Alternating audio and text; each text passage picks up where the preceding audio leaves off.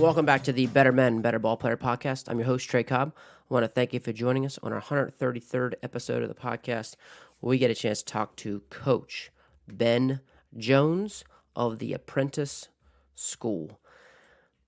So Coach Jones, like I said, he is the head coach of the Apprentice School. He's been there since 2021. And in his first year being head coach, they won the Small College World Series.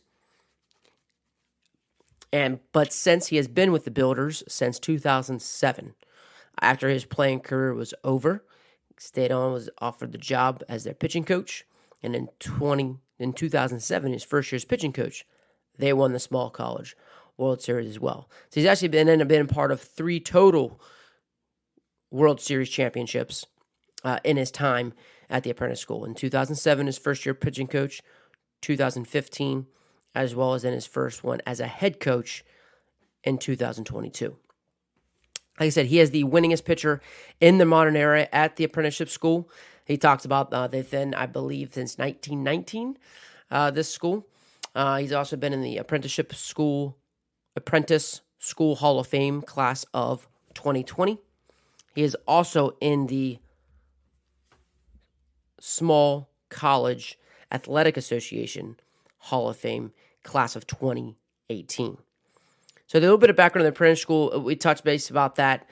This is a place where they are building tradesmen. They're building people that can learn a trade. They're getting paid. They're getting paid by the hour to work a trade, to take classes of the trade, and then, of course, to fully graduate and then become certified in their trade. And he touched more about that as we go on, but that's what the Apprentice School is all about. Very unique opportunity. He talks about, I think he believes there's only one other school that has this where they can learn a trade and still have athletics. And he talks about even about the benefits of those things and the benefits of being able to, what do athletics bring to the workforce, and the things that we're able to teach through the game and through athletics. And exactly, I know that so many people, when they are passionate about sports, or when they're not passionate about what they don't understand about that and how it also helps in the workplace. But Coach Jones just does an incredible job just illustrating all of those things, and then just how he's able to build a very competitive program at the Apprentice School. Like I said, and being a part of 3 World Series championships. Just really great stuff. I really want to appreciate him and thank him for taking the time. And I reached out to him, and we've was very just graceful with setting up this time to talk, and then we maybe talk for over an hour.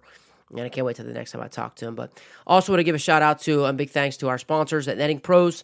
Netting professionals are improving programs one facility at a time. Netting professionals specialize in design, fabrication, and installation of custom netting for backstops, batting cages, dugouts, scoreboards, BP screens, and ball carts. They also design and install digital graphic wall padding, windscreen, turf protectors, dugout benches, dugout cubbies, and more. Netting Pros continue to provide quality products and services to men in recreation, high school and college fields, facilities, and stadiums throughout the country. Contact them today at 844-620-2707 or info@nettingpros.com. Visit them online at www.nettingpros.com or check out Netting Pros on Twitter, Instagram, Facebook, and LinkedIn for all the latest products and projects. So big shout out to the sponsors. Speaking of websites, again, learning more about the apprenticeship school, highly recommend just going and searching the website. as.edu, that is the Apprentice School. The Apprentice School, that's their general admission website. Check it out. You'll see more. You'll see all of their trades that they have, what their school's about, how long it's been standing. And then they also have their athletics website, gobuilders.com. That is the athletics website. This is where they have the recruiting forms, the questionnaires, and things like that. That's where you can see a ton of athletic programs that they have. But it's also a small school, and small school meaning like there is a very small school enrollment. But what that allows them, it is, and we talk about this in the show about the difference between that and the NCAA. The small schools, it allows them to participate, and more people that have a small enrollment. and allows them to participate more in the postseason for people that are very similar to them and their clientele. But this is such a unique experience, a unique opportunity as they are learning a trade and dealing with a very certain type of person. Again, it's not for everyone, just like as the military and going through the academy is not for everyone. It's that extra piece of work. It's that doing something that's bigger than just the baseball game. We know that the baseball is just fun, and that's something that can also be taken away if they're not getting a job in the classroom, if they're not doing the job and being good attendance at their job and doing their trade and doing those kind of things. It's such a great perspective that Coach Jones illustrates. So really want to get into it. Really can't thank you enough, Coach Jones, for it. Again, check out those websites. AS.edu, their general admission website, as well as the athletics website, gobuilders.com. So here he is, the head coach at the Apprentice School, Coach Ben Jones.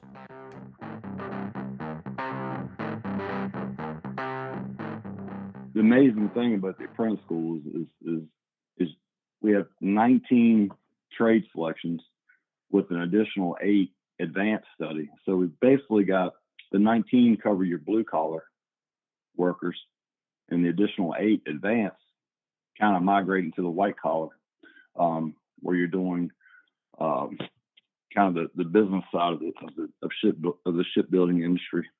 Yeah. So the 19 trades, we offer welding, electricians, pipe fitting, ship fitting, basically everything that's going to build a nuclear powered aircraft carrier or submarine for the U.S. Navy. We offer, and then when you go into the advanced studies, it goes from like photogrammetry, dimensional control, cost estimating, planning, advanced shipyard operations, construction supervisors, stuff like that. So, like I said, the Apprentice School is unique because if you want to stay blue collar and work with your tools, there's nothing wrong with it. Graduate and continue to work and do what you got to do. If you excel academically, you excel in the classroom, on the waterfront. About 20% of our enrollment gets selected to the advanced shipbuilding curriculum, and that's when they get an opportunity to go after the additional 8. So if you go through the normal apprenticeship, it's typically about 4 years. You get an associate's degree in applied science. If you get selected to go to advanced, you get the opportunity to earn your bachelor's degree. And then the other thing is a lot of the guys and girls will graduate. The shipyard and the school, you also have through the shipyard and through the school, you have an opportunity to get your bachelor's degree or your master's degree through tuition reimbursement, which is really just an amazing thing. So if you get into the Apprentice School, you do well. You're gonna graduate in 4 years. You're gonna earn your associate's degree in applied science, all free. You're actually, your first semester when you come in, the school starts you at $22 an hour. You a little bit over that now, and you graduate making, in 4 years you'll be making $32 an hour. It's all tuition free. Don't get me wrong, though. It's a hard program. Our apprentices are on the job 6 o'clock in the morning in the parking lot. There's 30 plus thousand people at the shipyard. Our school only has about 1,000 to 1,200 full-time enrollments. So it makes it it's a tough program. A traditional high school graduate is looking forward to having their first class at 10 a.m. or noon versus the Apprentice School. Our guys are on the job, but they're on the job or either in the classroom at 7 a.m. Monday through Friday. A typical work day or class day for apprentices is first, second, third, and fourth term, they'll be in the classroom for 16 hours a week. So either Monday and Wednesday or Tuesday and Thursday, whichever class schedule they have, they'll be in the classroom learning. The other 24 hours, they'll be in the shipyard, in a shop, on a submarine, on a carrier, depending on wherever their discipline, or their operation that they're working on is trade specific. It depends on where they're at. When I went through the Apprentice School, I was an X-43, which is an outside machinist. We were basically the mechanics of shipbuilding. We installed all the major components on aircraft carriers and submarines. And then the pipe fitters would make up, they'd run their piping up to those components so that you could have whatever distributive system was working up to it, fresh water, seawater, oxygen, whatever system was being made up to it, main steam, stuff like that. So, like I was saying, it's not cut out for everyone. Right. It is very hard. 7 a.m., 40 hours a week. It could be 100 degrees outside. Depending on where you're at, some of the ships don't have AC running at that point, depending on what part of construction they're at. Right. Early on, summertime, it's pretty hot on the ships. Every once in a while, you'll get you'll be fortunate enough to get a rotation that puts you in an air conditioning shop or something like that. Yeah. Typically your rotations through your trades, every 6 months you'll be rotated to a different area of the shipyard so you can learn more about that area. When I went through, I was 6 months new construction aircraft carrier, and then I went 6 months on submarines. Let's see, 6 months. My third rotation was back to aircraft carriers, but it was on overhaul. So it was a aircraft carrier that had come in for a makeover or upgrade. Okay. It's pretty interesting. Sure. Wow. So, will they go all year? So you said like through the summer too. So like they're there for 4 straight years. They are. And It's 5 days a week. Some of the guys get offered, overtime if it's available. They can make some overtime on the weekends, but it's all year long. After your first year, you do get like annual leave, 40 hours of vacation, and they also have a opportunity if they have good attendance. They also have an opportunity to pick up another 10 hours of vacation. After your second year, you'll pick up, I believe, I've been there for 20 years, so I don't know how many hours they pick up, but they get the opportunity to pick up vacation time. But it's full year round for 4 years. You don't get the summers off like typical colleges or universities. mm-hmm. And that's why I say it's a tough program, but it's very, very well worth it. The school, they have full benefits, 401k with company match, full medical insurance, dental insurance, vision insurance. It's a good program. The Apprentice School was taking care of myself and my family for the last 20 years, and I'm really happy to be a part of it. It was a good decision for me. It's opened up a lot of doors. After I graduated, had several doors open. I love what I'm doing now, and I love also coaching being affiliated with the Apprentice School. Yes, I mean, let alone like you said, like they're on the ship at 6 a.m. and they're up and at 'em, and at the end of the day, like you're still having practice after all of that too, right? Right. A normal day for my athletes is they're pulling into the parking lot at 6 a.m. starting either class or their work shift at 7. Um, they'll get out at 3:30, drive over to the stadium.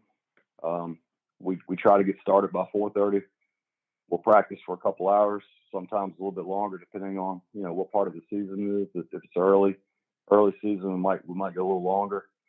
Um, Virginia's a tough spot. The weather can change here any minute. Early on, January, February practice, it's pretty tough. So if we get a good day of weather, we're going to try to stay out as long as we can. Our home field is War Memorial Stadium in Hampton, Virginia.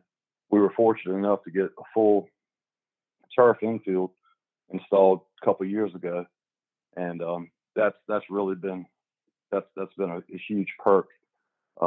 Even if it is, if we get some nasty weather, we can still work out in the infield, and it's been great.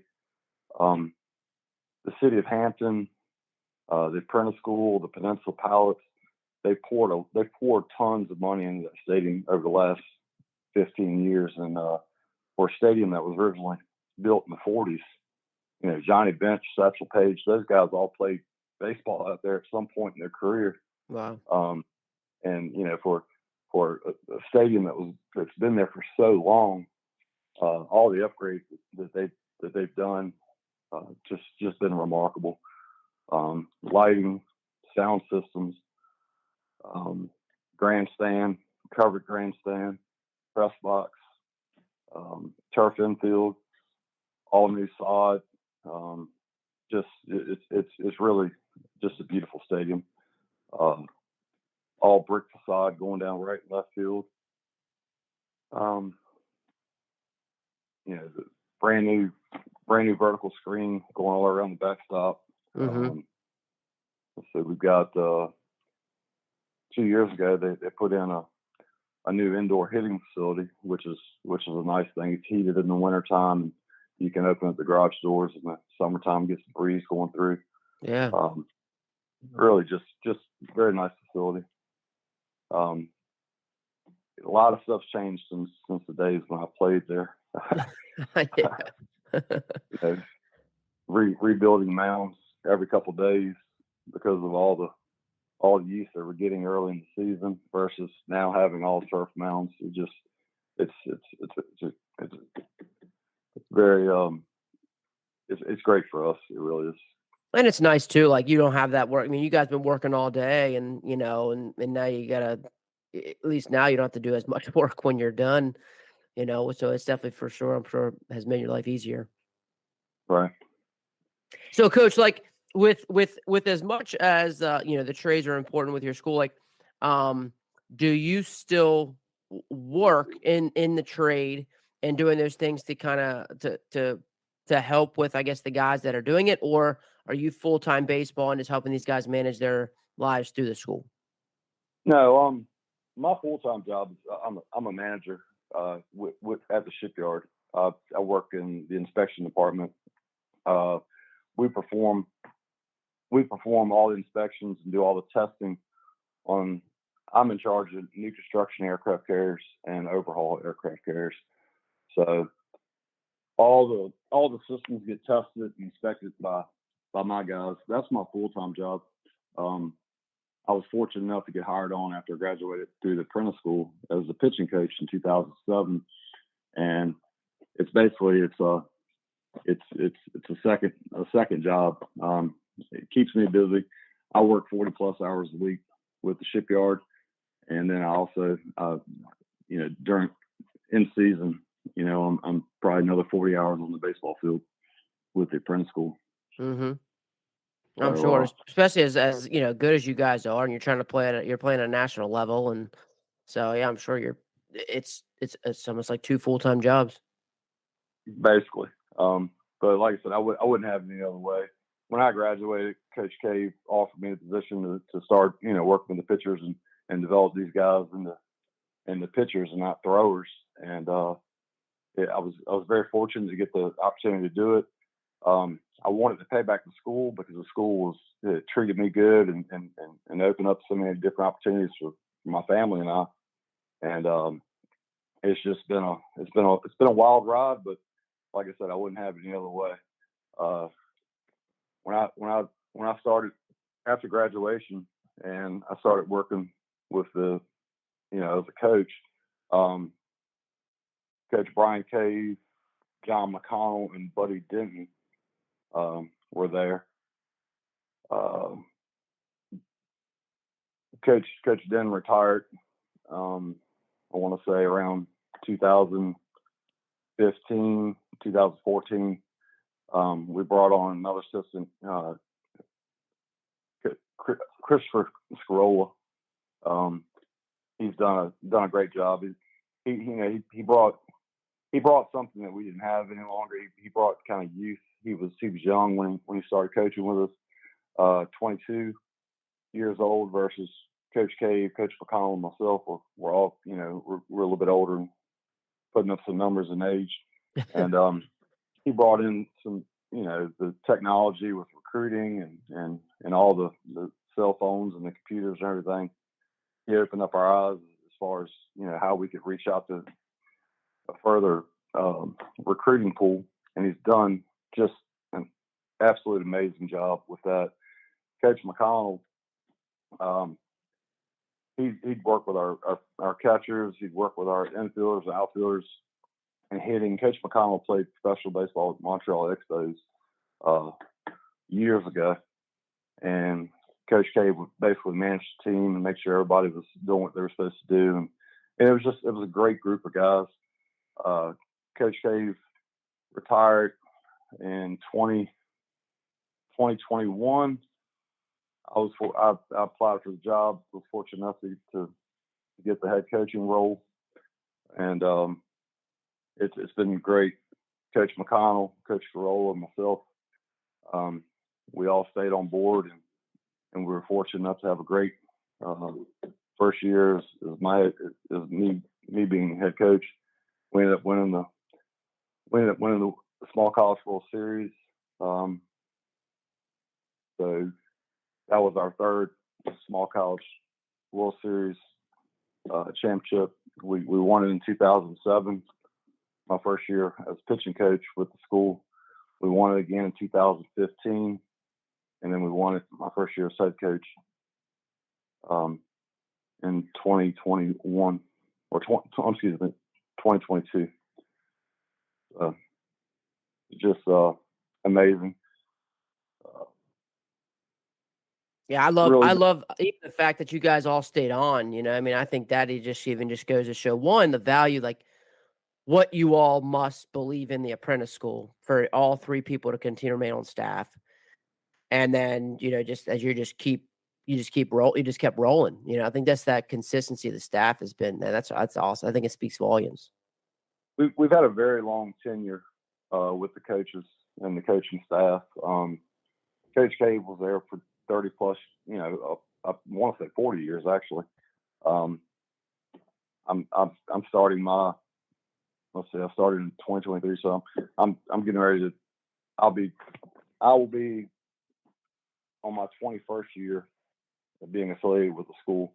Yeah. John McConnell, I want to say he's been there for 17 years. So just a lot of dedication, and I couldn't ask for better coaches. They're awesome. They'll bend over backwards wherever it takes, whatever I ask them to do. And not only that, I lean on those guys all the time. A lot of years of just, great leadership. They know a lot about the game. I can reach out to them, pick their brains. I still call Coach Cave from time to time. If we get into a jam or something I can't figure out, hey, why are we not hitting at this point of the season? I'll give them a call and just say, hey, this is what I'm doing. Am I missing something?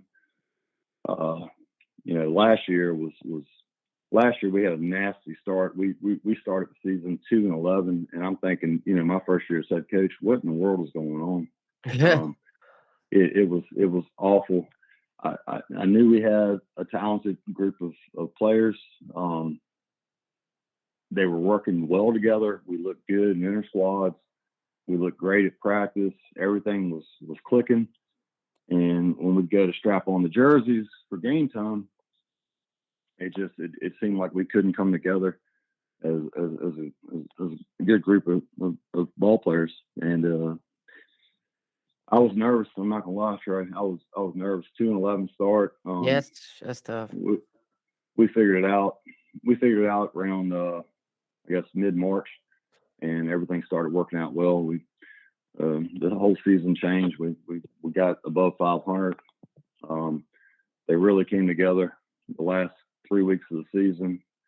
Won 7 out of 8 games in the World Series, and it was just we lost the first game to Miami Hamilton, and then had to win 7 in a row to win the thing out. So it was pretty awesome.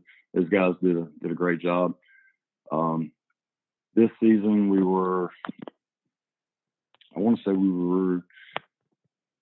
28-16. Okay. Unfortunately, we didn't make the tournament. We had to be top 10 in USCAA. We ended up coming in as 12 seed. So we didn't make the tournament this year, but very proud of the guys. Did a great job. They're 28-16. That's a 636 percentage. That's pretty good win record in my opinion.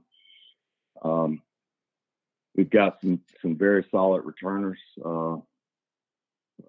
Last season, 2022, we graduated 9. 2023, we graduated 4. So we didn't lose as much as we did the year before, but we've got a lot of talent coming in. We've got a good freshman class coming in for the upcoming season, and we've got a lot of talented returners, and I'm really looking forward to it. We're bringing in some young pitchers, and looking forward to what happens on the road. This last season was tough. I was surprised that we were able to have a winning season. We were very injury prone for some reason. Okay. Just wild freak injuries. Yeah. We had a freshman right fielder who literally ran through a wall to catch a baseball. He made an outstanding play in right field in foul territory, ended up hitting the brick wall, looked over it, caught the ball, but he broke his right hand early in the season. We had a center fielder with a broken clavicle. We had a third baseman, a level 3 sprain, put him out for half the season on his right ankle. Torn labrum at second base. Found out at the end of the season our starting shortstop had a small crack in his a little small fracture in his throwing hand, but he played through it. So just a lot of injuries. These guys need the off time to recover and get prepared for next baseball season. So it was I'm glad that we did have success this season, but I'm really looking forward to next season when everybody's back and healthy. Yeah, those are tough. These are rough years, man. I mean, how I was thinking, could you explain for people the difference, like we said, with the small college, the USCAA and the NCAA? Correct. USCAA is it's a small athletic conference. I want to say I want to say it's like 160 to 180 schools in the conference. I don't know I'm not 100% sure on the bylaws, but I'm not sure the enrollment can be, they have to be under a certain enrollment. That's why they call it small college athletic conference. Our enrollment is around 1,000 to 1,200 at the Apprentice School.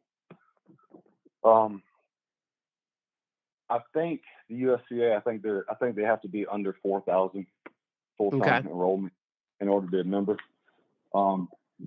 As far as the USCAA and the NCAA, we abide by all NCAA rules and regulations. We follow. Our schedule is made up of mostly D3 and D2 NCAA teams, or JUCO, NCAA JUCO. As far as competition goes, we have to abide by all the NCAA rules and regulations as far as transfers, as far as academically eligible and everything. So there's really no difference. It's just we're just the USCA started around, I think it was about 25 years ago, 30 years ago, and they basically created an athletic conference that would allow smaller schools to get a shot at playing, Postseason baseball. Postseason baseball, exactly. And it was a great idea, and it's been we're glad to be a part of them. The conference is it's giving us the opportunity to play schools that we would have never played against, and a lot of good competition out there. Sure. And can you explain? Because looking at your schedule, you get a chance to play. Aren't there? I guess isn't flexibility in your schedule? Correct. Well, the main thing is us being central part of the United States on the the East Coast or whatever. A lot of the northern schools when they make their spring break trip down to Florida or Myrtle Beach, whatever, they'll stop in. We get a chance to play a lot of the northern schools. We do. The Apprentice School does about 80% of the home games, about 20% are away games. You get to play 80% home games. Right, 75 to 80% home games. That's like awesome. I said, we got a nice facility. We don't get a lot of rainouts with the turf and stuff, so it works out well. And when early in the season, when there's snow or nasty rain, sleet, freezing rain, stuff like that, a lot of the schools in the surrounding area can't play because of just natural field conditions that are unplayable. That's the main reason why we do a lot of home games, because we can play when most other schools can't. Christopher Newport University is right around the corner from us. Virginia Wesleyan's on the other side of the water. There's a lot of local schools in the area. We play mainly Division III competition, a few NCAA Division II teams, Virginia State University, Southern Virginia. They're a D3 school out of Buena Vista, Virginia. There's a ton of different schools in the area, but a lot of the northern schools will be able to come down to us, and we'll get in 4 or 5 games, a good series with them. Mid-Atlantic Christian University, they're right on the border of North Carolina, not too far from us. Salem University, they're out of West Virginia. They just popped in last year. I tell you what, they've got a great program. They got a lot of good arms, solid infield. But no, it's really just I think we play a tough schedule in my mind. Penn State Mont Alto will come in, Allegheny College, Southern Virginia. We take a spring break trip as well. We get down to Myrtle Beach, play at the Ripken Experience, and play some good teams there. Last year, I think we played Bay College, Eastern University, Penn State Du Bois.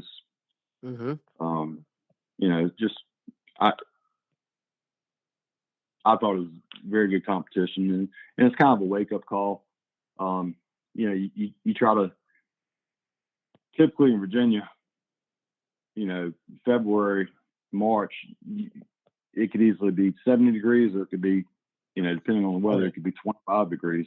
Yeah. It's good. It's good to get down south for a week or two, get in some games with typical good weather, and it kind of gives you a little mid-season approach to where you should be at the end of the year. St. Vincent's University, they come in every year. We try to get in 4 to 6 games with them. Castleton State University, they're solid. And we've got some, like I said, we've got some local community colleges around here that are pretty decent, pretty good baseball. Bryant and Stratton, Virginia Peninsula Community College, Paul D. Camp. They got a strong JUCO program. So, and we're always looking for more schools to come in. Anybody that has, anybody that we can arrange, and if we have a slot available, we'll try to slot them in. I do have a couple weekends I need to fill at the latter half of next season. Okay. I might be able to hook you up, connect you with some guys, man. Like, I had some time with Hagerstown Community College, and a couple other times like that. Just different schools like that. But I got the Allegheny guys. I know Coach Rollins at camp. And is it Coach Enan? Coach Enan at Salem? Honestly, I don't remember the head coach's name. I want to say it might have been, is it CJ maybe? JT.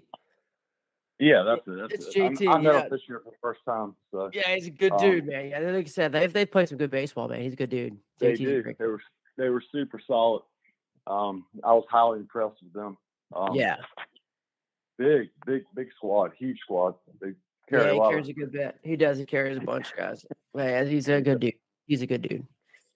We're hoping to get Salem and Atlantis University. We're hoping to get them to come in and fill those spots in April. And hopefully, we'll be playing some postseason ball in May. But right now we've got a full schedule. We just got to get those few weekends in April filled, and we should be good to go for 2024. Yeah. Oh man, that's cool. I just like that, just even your almost ability to be able to really just kind of like you're building your own schedule. It's very like similar to JUCO. JUCO can kind of build the schedule like that too. But again, it comes down to those guys being able to play you and wanting to play you. Knowing how I'm sure you're kind of getting to the point where, well, I've been to the point of it's almost challenging maybe to find guys who maybe want to play you as well. So I'm sure you probably get some of that. Right. The hard thing is, they all have their own conference schedule, and that's where it gets tough. The latter half of March and April is like everybody's always got conference play, so it's always hard to fill that last month before the postseason starts. Sure. But we'll work it out. We'll get it figured out. So man, like a coach, just like I just thinking in terms of like your team, and as they're playing these different games and they're working and things like that, like how do you thinking about like manage their workload, in terms of like how much you need to push and how much practice time and time that you're putting in baseball when you know how much these guys are putting in during the day with their job. Right. Typical college or university, you've got planned weight workouts, you've got planned workouts in the off season. We do very minimal as far as off season. I know that the full-time job, you're a full-time student, you're a full-time worker, you're a full-time athlete. They've got a lot more on their plate than most typical college or university students. And we're not naive to that. We try to give them a lot of liberties, a lot of freedom. We play a very condensed fall ball, typically only 30 to 45 days. Mainly do a lot of air squatting. We'll play with some of the local schools. And then basically they're off. They do their own. They work out on their own. We don't do a lot of off season workouts because we know how much time they're putting in at the school. We know how much time they're putting in, at the shipyard in their work locations. And we try to let them recover, get in some time. These guys have families. They want to be with their friends, their girlfriends, whatever. So we try to give them time to do all that. When spring season starts, a little bit of a different story. All the liberties kind of go away. I want us to be a competitive program, and it does make for very long days. But if we do it all right and we put in the work and we get everybody firing on all cylinders, come May, hopefully it's a very successful season and it's all worthwhile. Like I said, a typical day is these guys they'll be there at 6 a.m. in the class at 7, or in the shipyard working at 7. Finish the day at 3 or 3:30. Practice 4:30. Maybe finish practice at 6:30. Go home, go to their apartments, go to their houses, take a shower, hit the books for a little bit, try to get in bed, hopefully by 9:30 or 10. Mm-hmm. Wake up and do it all again the next morning. It is hard, but like I said, these guys are getting they're not only getting a education, they're getting paid for it, and they're learning a trade at the same time. So, in my opinion, it's well worth it.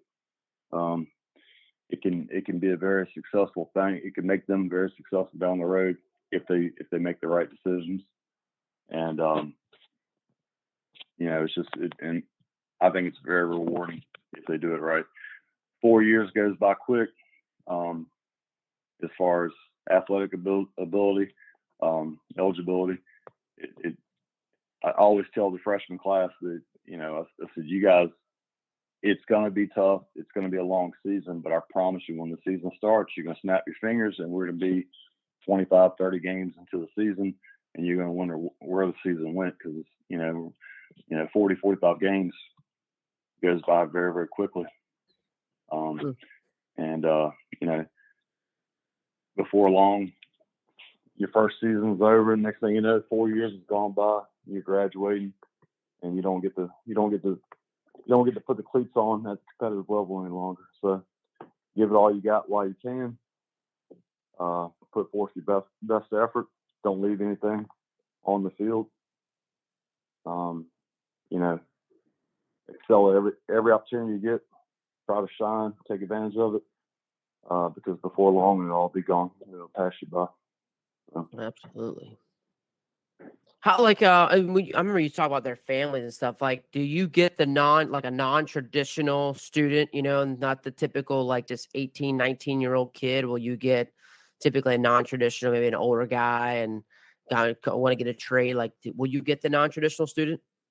Every once in a while, we may get a guy that instead of choosing to go to college to play baseball right out of high school, maybe they went and joined the workforce. Try to make money.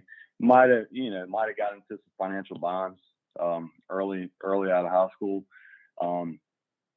Every once in a while, we'll get a 22 to a 23, 24-year-old. Most of the time, the last 10 years, we're mainly just getting high school freshmen. Okay. I'm sorry, college freshmen, straight out of high school. Okay.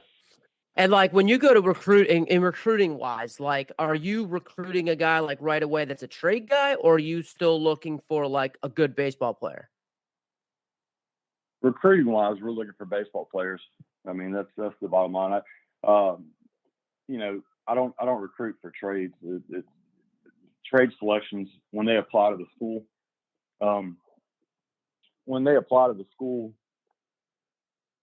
They're going to select their top 3 trade selections out of those 19 that I was telling you about. Yeah. And then the school will offer whatever trade is needed wherever they need to bring in manning at. So at different construction periods, you might need more sheet metal guys. You might need more welders versus a different time. Further down the road, you might need more pipe fitters. You might need more outside machinists. It all depends on where we're at construction-wise with how many carriers we've got being built in the shipyard. The shipyards, we've been rock and rolling for the last 4 or 5 years. At a couple months ago, we had 5 carriers in the yard. Wow. So, I mean, and I think 8 submarines, new construction and overhaul. So, a lot of business being generated right now. Oh yeah, it's good for the school because it keeps us busy. So if a guy comes in and says, "Yeah, I want to do welding," it would depend on what the school needs at that time, or does he still get to choose welding? He can choose welding, and let's say we're not hiring or we're not offering any welders at a specific time. They can always wait. We're not like a traditional university where you only have starts in the spring, or the fall. We start basically 11 out of the 12 months. The first Monday out of every month, we have new starts coming in. So the school will typically bring in 250 to 300 people per year to keep our enrollment around 1,000 to 1,200. Well, out of those 250, we've got 19 trades that we've got to hire for at different times. So let's say January we might need more pipe fitters, and then February we might need more welders. So what I'm trying to say is, if welding is not available, if that trade is not available at that time, sometimes they can say, hey, can I get an offer when welding is available? And it might take a couple months, but eventually, welding will be needed, and they'll send out an offer for a welding apprenticeship. Okay. It just might take a few more months. But yeah, like I said, we're not traditional. We basically start every month, 11 out of 12 months. So does that mean that you can get a new guy like mid-season? Like you'll get a new guy like that Monday? I like to bring my guys in. September. Like I've got 9 guys starting 9/11, I believe is the actual start date. Okay. And then I might bring in another 3 or 4 January. Okay.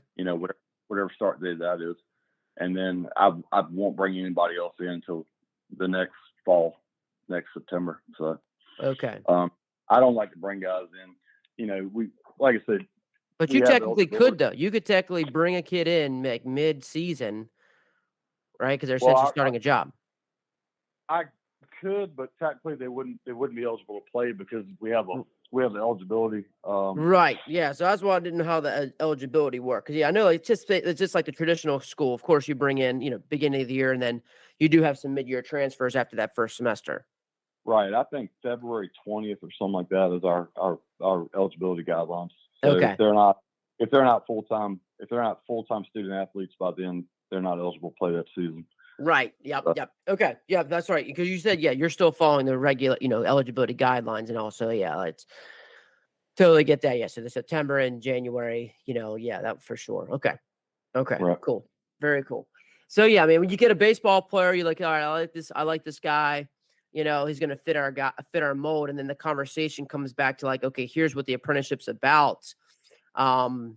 Is it a matter of like where like maybe you're scared, like does it scare a guy, or like, yeah, wow, like I had no idea, like I would like to do this? What are the conversations like as you get through that recruiting process? It's funny you say that, because when Coach Cave was the head coach, one of my biggest things was recruiting, and I'd go out and I'd talk to a group of young men, and Coach Cave would, we would bring him in for a visitation to show him the school and the facilities and everything. And I might be talking to a group of 8 or 9 guys and their families, and Coach Cave will he'd look at me after we talked to him, and he'd say, "Ben, are you trying to scare these guys away?" And I said, "I'm just being brutally honest." And Yeah. I tell them the truth. You know, it's not easy. This program will turn a high school graduate, might not be mature as they need to be, but it'll take that girl or that boy, and it'll turn them into a mature young man or woman very, very quickly. And if it doesn't, they'll end up being washed out of the program. It's tough if you don't make the grades. If you fail a class, you could be dropped from the program. If you can't make it to school or work on time and you have attendance issues, you can be dropped from the program. The school and the company is not going to continue to invest $22 to $32 an hour, 40 hours a week for somebody that they can't depend on. So, like I said, it turns a fresh, newly graduated high school kid into a mature business professional very, very quickly. And if they don't make that change, they won't graduate. And you know, when I talk to the kids, I tell them the truth. Hey, you could be out on a job out North Yard somewhere, and you could be getting snowed on all day. You know, it might be the wind's blowing off the river. It might be 20 degrees outside. Summertime, you know, you might not have any shade. You might not be in an AC environment. You might be out welding on the platinum. It could be, you know, 95 degrees out there. It's a tough program. You know, you gotta wake up every morning early. During the season, we have a doubleheader. It could be a long weekend, late game, and go in extra innings. You know, if it's Sunday and we don't get done by 8, 9, 10 o'clock, you know, maybe we're traveling, getting back, you still got to get up early the next morning and get into the classroom or get into your work location. It's not made for everybody, but the young men and women that make it through, it's very rewarding down the road. A lot of guys and girls will graduate. They end up staying with the company. It's not a requirement to stay with the company once you graduate from the apprentice school. You can take the education, the training, your degree. You can take it and move on to another company, whatever you want to do. You can stay with the company if you choose. A lot of people do so. You know, the apprentice school started in 1919. Over 100 years, we've graduated over 11,000 apprentices. Out of those 11,000, I would say roughly 5,000 were apprentice athletes through basketball, football, golf, wrestling, baseball. You know, so athletics has been a big part of the school. I think they go well together. A lot of people say, "Hey, why is the Fortune 500 company in the apprentice school? Why do they need athletics?" Well, athletics contributes to teamwork. Teamwork contributes to leadership. Our company, Huntington Ingalls Industries, Newport News Shipbuilding, we need leadership just like every other company, and athletics has a lot to do with that. Apprentice graduates that are successful on the playing field and in the classroom, you know, if they make the right decisions, a lot of times they end up falling into leadership roles with the company, being supervisors, construction supervisors, project leads, stuff like that. So, it's like I said, it's very unique, but it's very rewarding at the same time. Absolutely. I totally agree. And it's honestly such a great avenue for certain guys. How explain, so like let's say like a kid like had no idea of a school, and then like, this is kind of like, I'm sure you have these stories of like a kid who just had no idea about the apprenticeship school, and then you guys come around, you recruit and kind of let him know what it's about, and it just kind of changed his life. Right. Well, today's technology has changed so much; it makes it so easy now for recruiting. We have two websites: as.edu.com.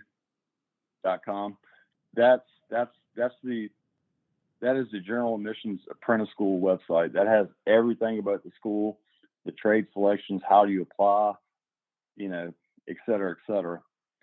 And then we have our athletics website, which is gobuilders.com, BUILDERS. Builders, like our mascot's the builder, man, because we build ships for a living, Mm-hmm. You can get all that. You can go to all the different links for the athletics website.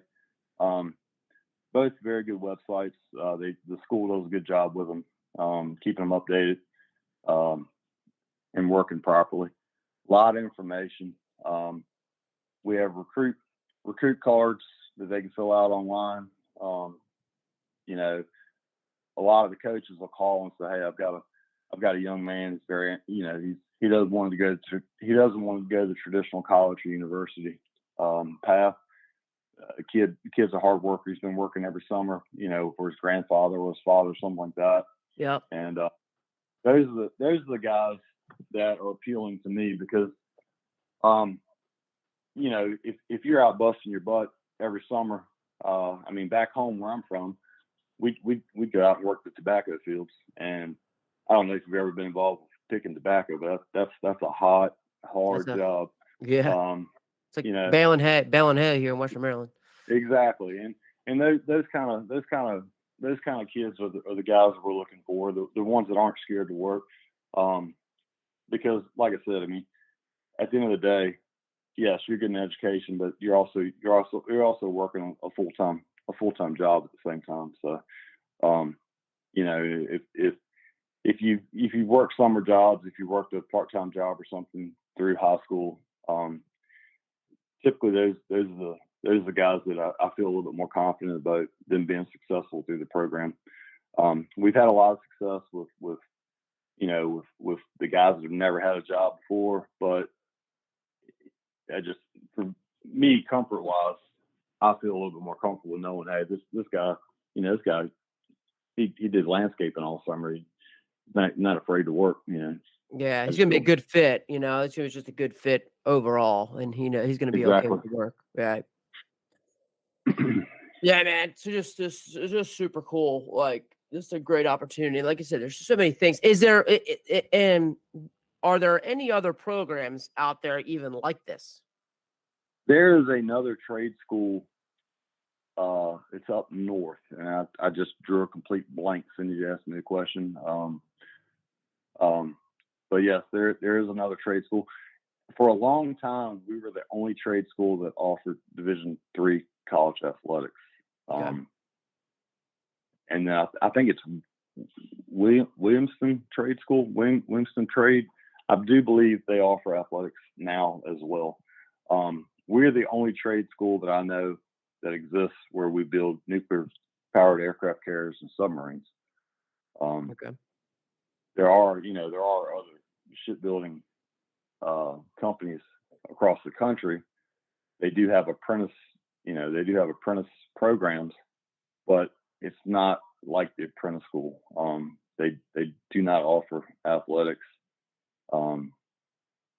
So yeah, just the opportunity to offer athletics, get on a bus and right. still and that is the traditional route, but like,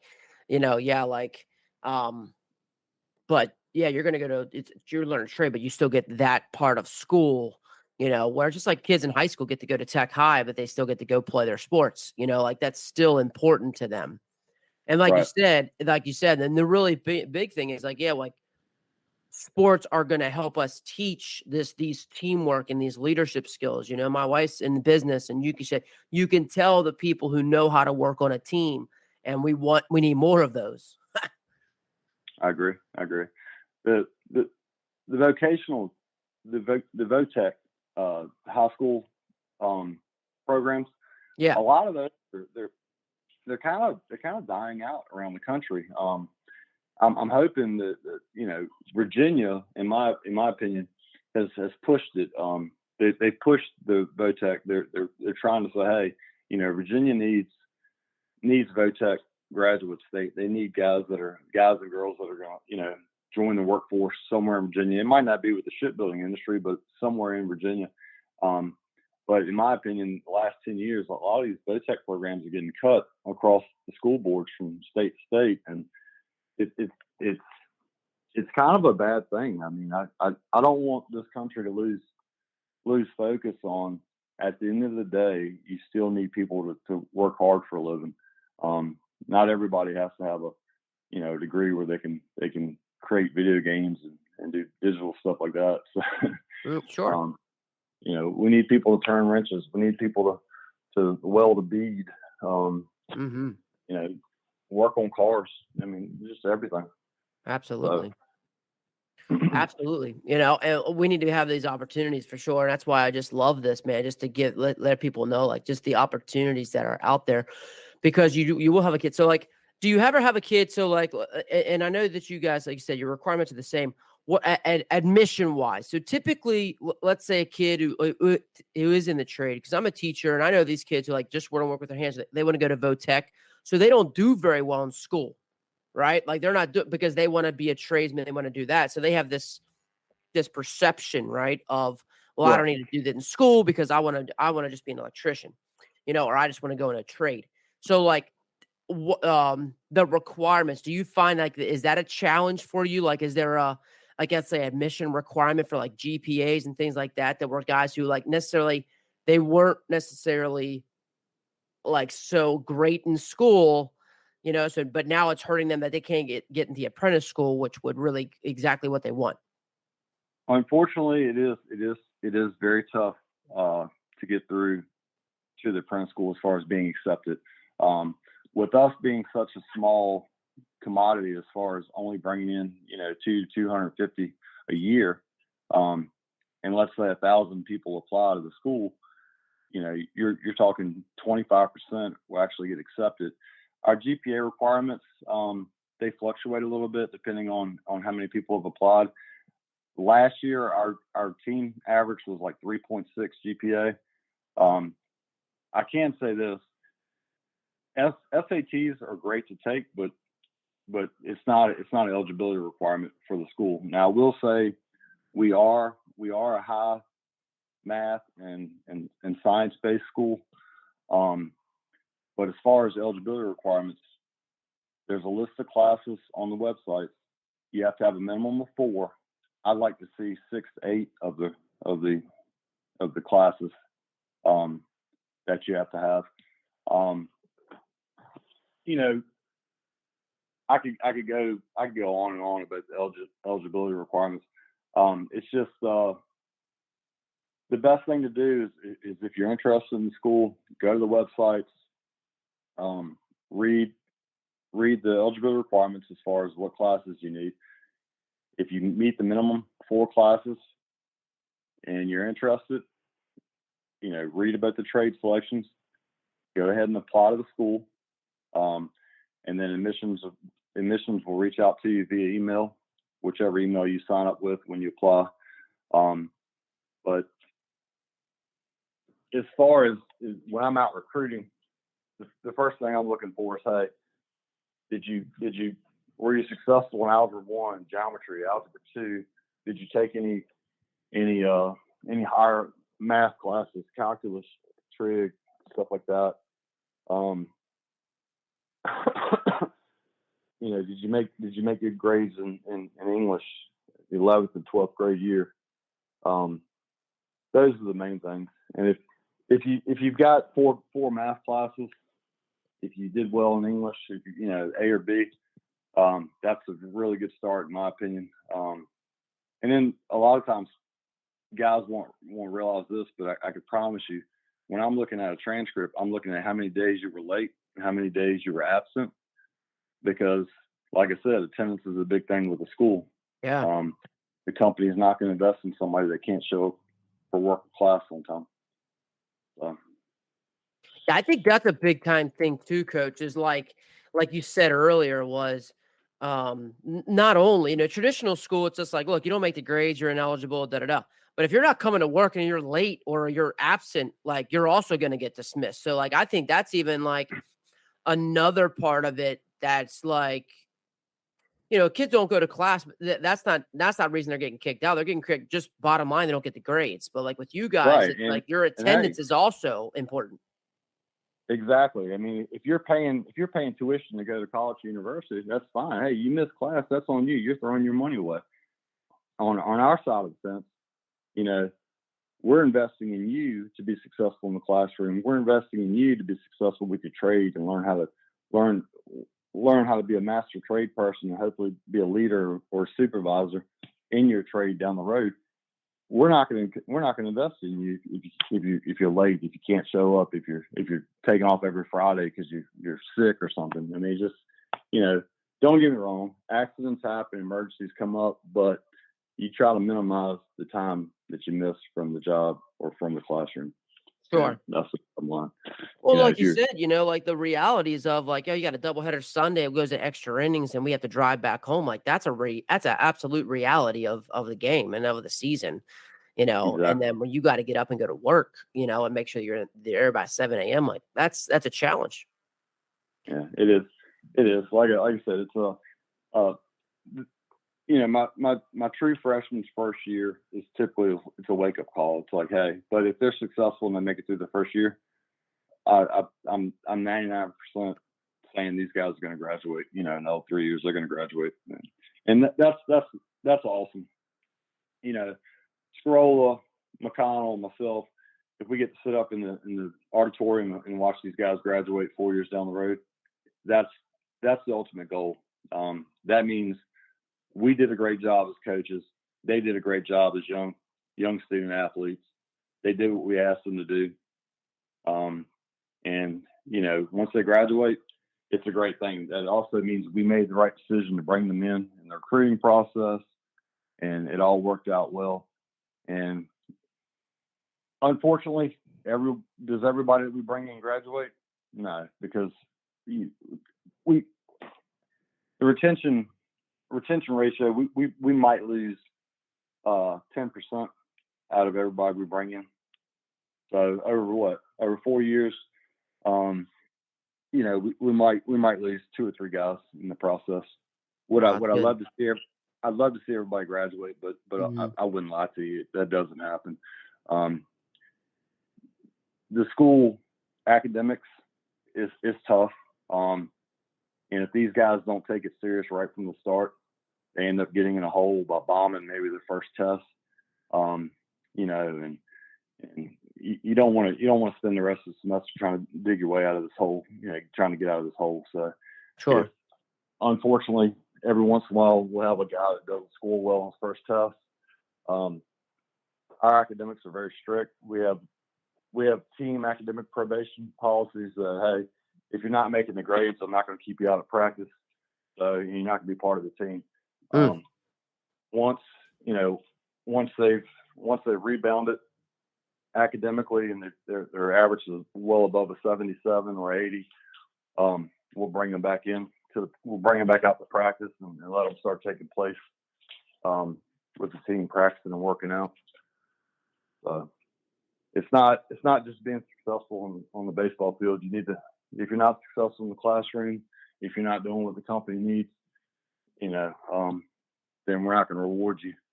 We're not going to reward you by playing baseball if you're not doing what you're supposed to do. Right. That's such a yeah. And so when we talk about going to jobs, like their job stuff too, like do they have to manage like PTO time, like time off? Like if let's say like those things that do come up, like do they have to manage their time off, or it's just like they got to call somebody? Like how is it? Is that another layer of this too? Like even that accountability piece? The company has a call-in number that you can call in if you have an emergency, you need to use some leave time. I always recommend call your supervisor. Your supervisor may have a job lined up for you. Maybe they want you to leave the job, and if the shift starts at 7 o'clock, they're expecting you to be there. They get to the meeting area or location, start the job, and you're not there. Yeah. That kind of starts the morning off pretty rough for your boss. So I always say be responsible. You know, give your supervisor or your craft instructor a text or phone call. Just let them know what's going on, and make sure you hit the call in number to let the company know, that you're going to use vacation time. Yeah. Yeah, I mean, just a totally different, like, 'cause I can imagine like the things like during the season.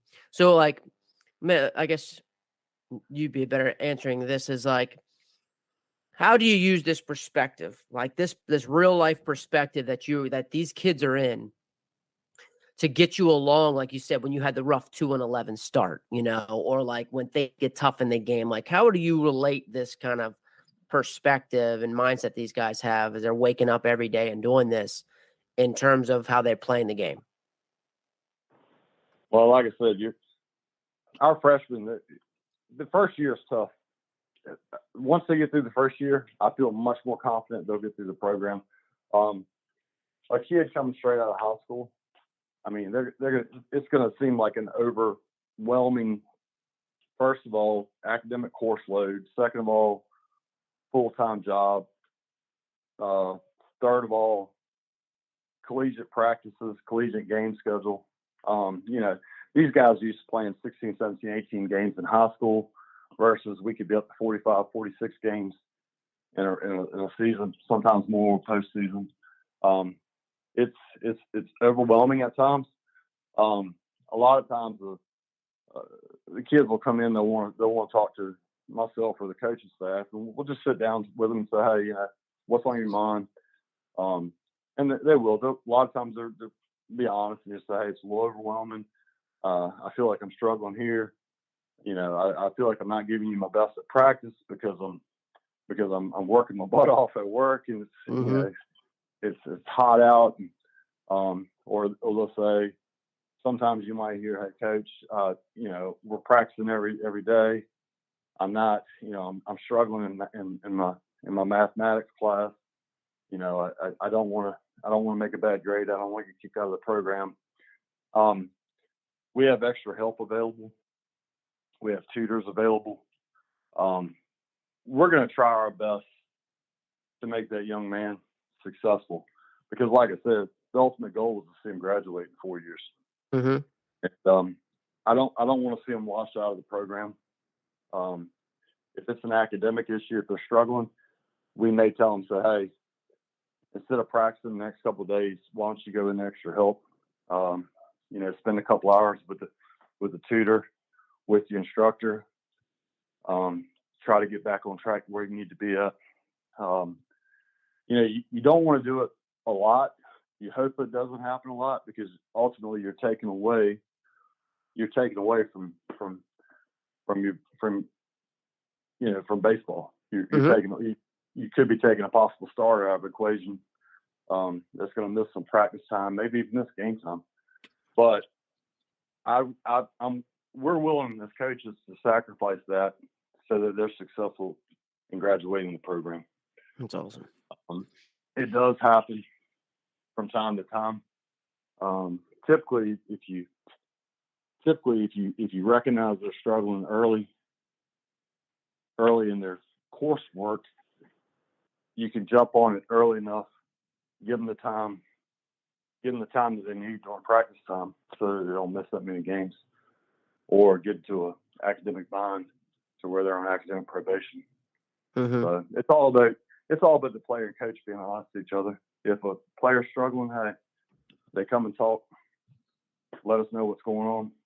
We're able to tackle it before anything really, really bad starts.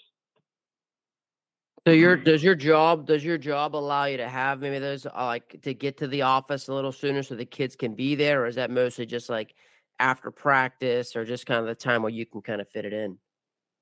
Well, that's a good question. We have some of the most awesome professors and craft instructors, in my opinion, in the entire country.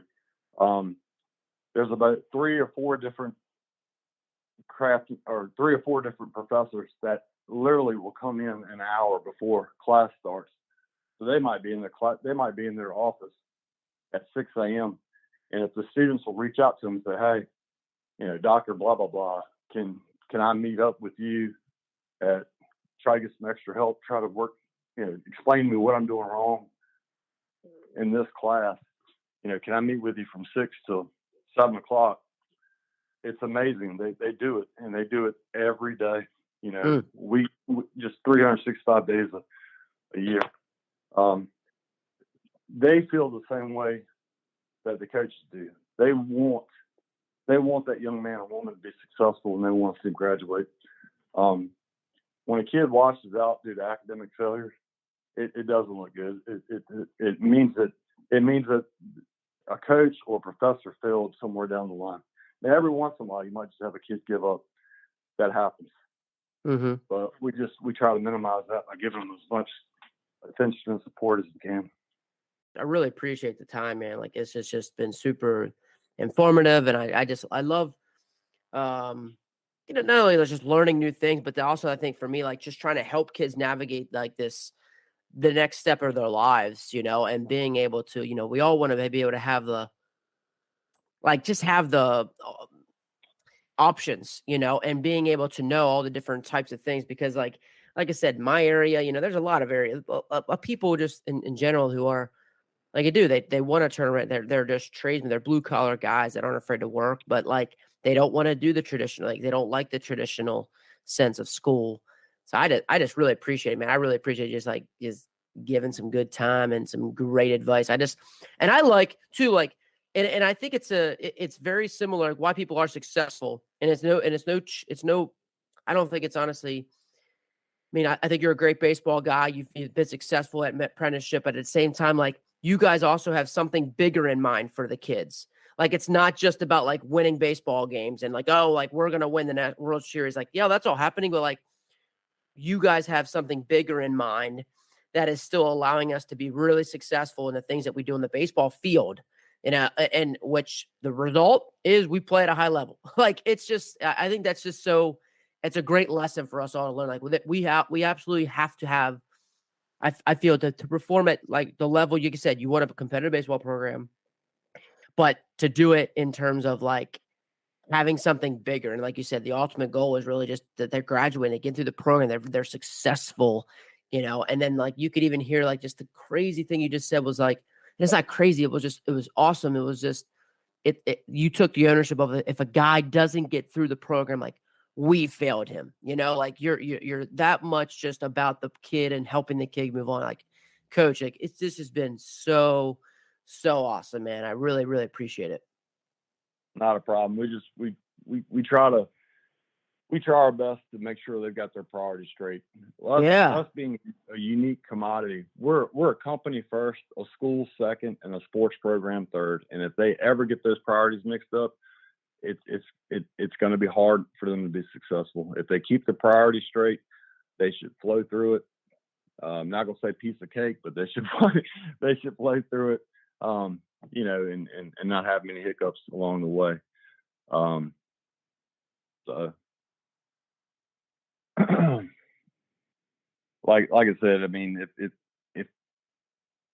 as long as we're sitting up in the auditorium, and when they're announcing graduates and gold award winners for student athletes that played 4 years of a certain sport, that's so rewarding.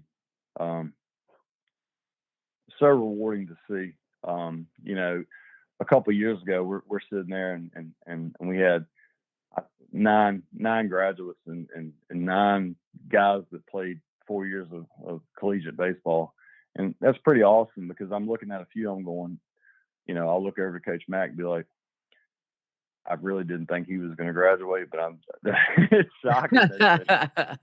Because like I said, you'll have freshmen that are vulnerable at first, and they'll come up to you and say, Coach, I just bombed. I bombed my first test. I didn't do very well at all. And we'll have those one-on-one talks. Hey, let's put forth some more effort. Let's put our priorities back in order. We'll get you out of practice. Maybe give you a couple of days off. We need to get you extra help. You got to bounce back. And let's say you got a 65 on that first test. Well, let's shoot for a 95 to 100 on your second test to try to get that average back, right? And it works. Well, like I said, I've got 9 guys up on stage, and they're all getting their gold awards, and it looks great. And you're sitting there going, wow, I really can't believe that guy made it through. I didn't see that coming. And really, it makes you a sense of pride takes over you, because that means at some point, either one of the coaches, one of the craft instructors, one of the professors, maybe even one of their supervisors, somebody did something right to make that young man or woman, make them turn, and it worked out well. They made good decisions from there on out, and it worked out well.